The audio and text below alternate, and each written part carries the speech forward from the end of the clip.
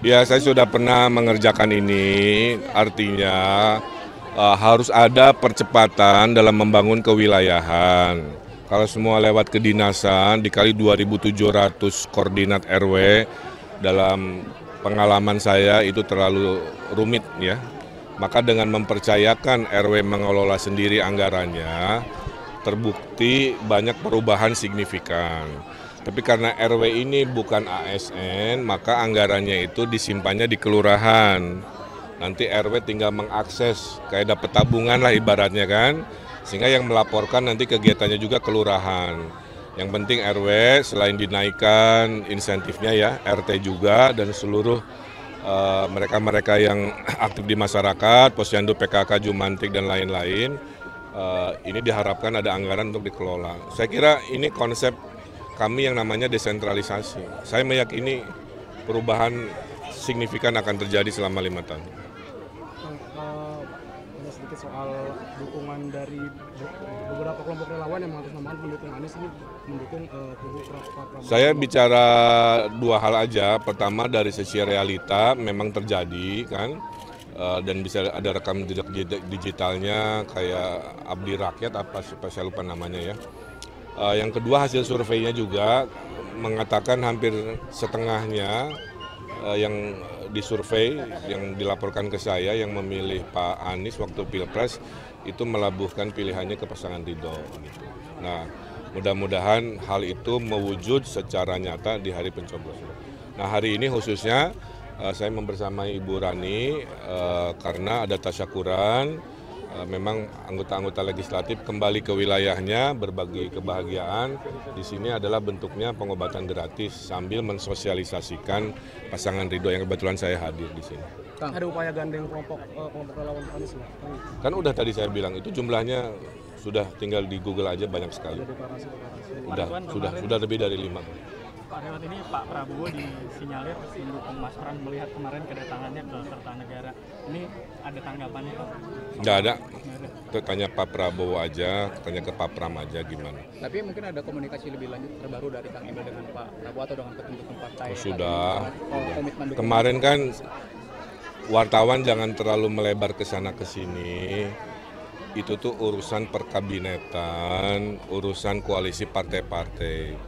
Tidak ada sedikit pun ada urusan agenda kepilkadaan.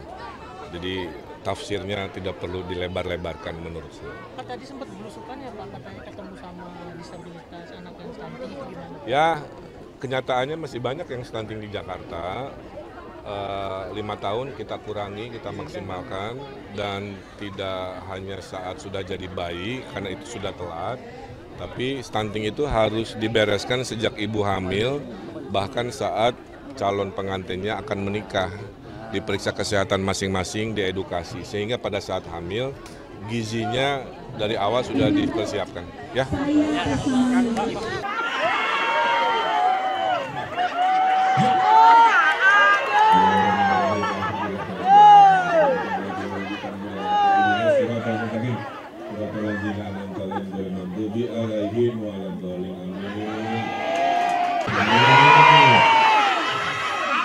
Semoga yang minum ini giginya ditambal.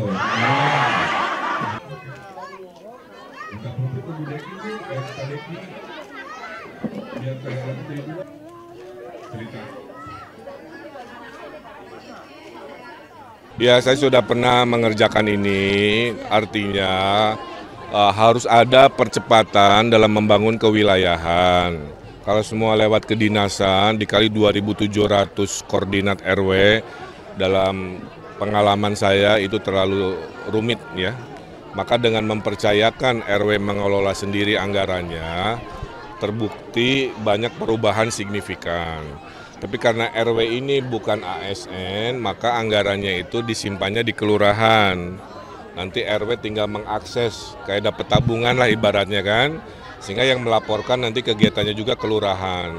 Yang penting RW selain dinaikkan insentifnya ya, RT juga dan seluruh mereka-mereka yang aktif di masyarakat, Posyandu, PKK, Jumantik dan lain-lain, ini diharapkan ada anggaran untuk dikelola. Saya kira ini konsep kami yang namanya desentralisasi. Saya meyakini perubahan signifikan akan terjadi selama 5 tahun. Ada sedikit soal dukungan dari beberapa kelompok relawan yang mengatasnamakan pendukung Anies ini mendukung kubu Pak Prabowo. Saya bicara dua hal aja. Pertama dari sisi realita memang terjadi kan, dan bisa ada rekam jejak digitalnya kayak Abdi Rakyat apa saya lupa namanya ya. Yang kedua hasil surveinya juga mengatakan hampir setengahnya yang disurvei, yang dilaporkan ke saya yang memilih Pak Anies waktu Pilpres itu melabuhkan pilihannya ke pasangan Ridho. Gitu. Nah, mudah-mudahan hal itu mewujud secara nyata di hari pencoblosan. Nah, hari ini khususnya saya membersamai Ibu Rani karena ada tasyakuran. Memang anggota-anggota legislatif kembali ke wilayahnya berbagi kebahagiaan.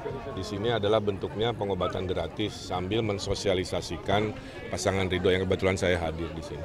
Kang, ada upaya gandeng kelompok relawan Anies nggak? Kan udah tadi saya bilang itu jumlahnya sudah tinggal di Google aja banyak sekali. Sudah lebih dari 5. Pak Lewat ini Pak Prabowo disinyalir mendukung Mas Pram melihat kemarin kedatangannya ke Kertanegara. Ini ada tanggapannya Pak? Nggak ada. Tanya Pak Prabowo aja, tanya ke Pak Pram aja gimana. Tapi mungkin ada komunikasi lebih lanjut terbaru dari Kang Emil dengan Pak Prabowo atau dengan pendukung partai? Sudah. Komitmen dukungan. Kemarin kan wartawan jangan terlalu melebar ke sana ke sini. Itu tuh urusan perkabinetan, urusan koalisi partai-partai. Tidak ada sedikit pun ada urusan agenda kepilkadaan. Jadi tafsirnya tidak perlu dilebar-lebarkan menurut saya. Pak tadi sempat belusukan ya Pak, katanya ketemu sama disabilitas, anak yang stunting itu gimana? Ya, kenyataannya masih banyak yang stunting di Jakarta. 5 tahun kita kurangi, kita maksimalkan, dan tidak hanya saat sudah jadi bayi karena itu sudah telat.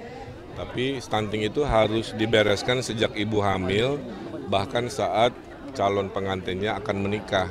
Diperiksa kesehatan masing-masing, diedukasi. Sehingga pada saat hamil, gizinya dari awal sudah dipersiapkan. Ya.